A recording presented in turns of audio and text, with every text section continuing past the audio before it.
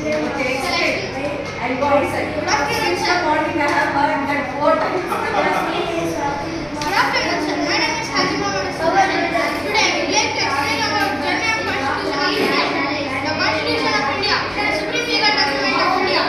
The document of India lays down the framework and section 27 and duties of the government institution and sets out each leadership principle, fundamental rights and duties of citizens. It is the longest written national constitution in the world.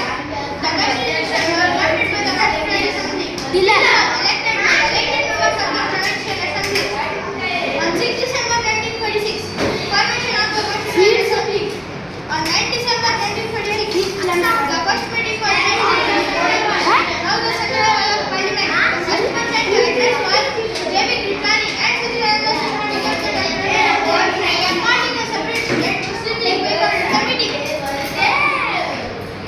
On 11 December 1946, the Assembly appointed Rajendra Prasad as his president, S.C. Mukherjee as his vice president, and B.R. Ambedkar and B.N. Rao as the constitutional legal advisor. On 30 December 1946, an objective resolution was presented by Pandit Jawaharlal Nehru relating to the principles of the Constitution. This letter became the preamble of the Constitution. On 22 July 1927, our national flag was adopted.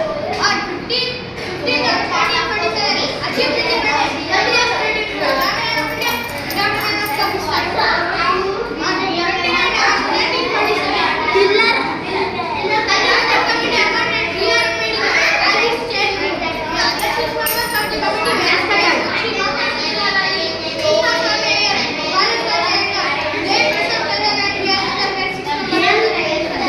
On 10 July 1928, Narendra Kumar Mukherjee, P.D. Krishnakumar was also elected as second vice president of the committee. On 6 November 1929, adopted by the Assembly. On 21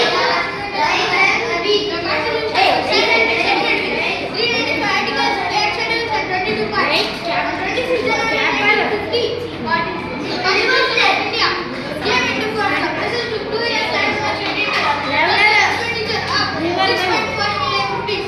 So now I explain about Constitution of India. Now I would like to explain about the fundamental rights.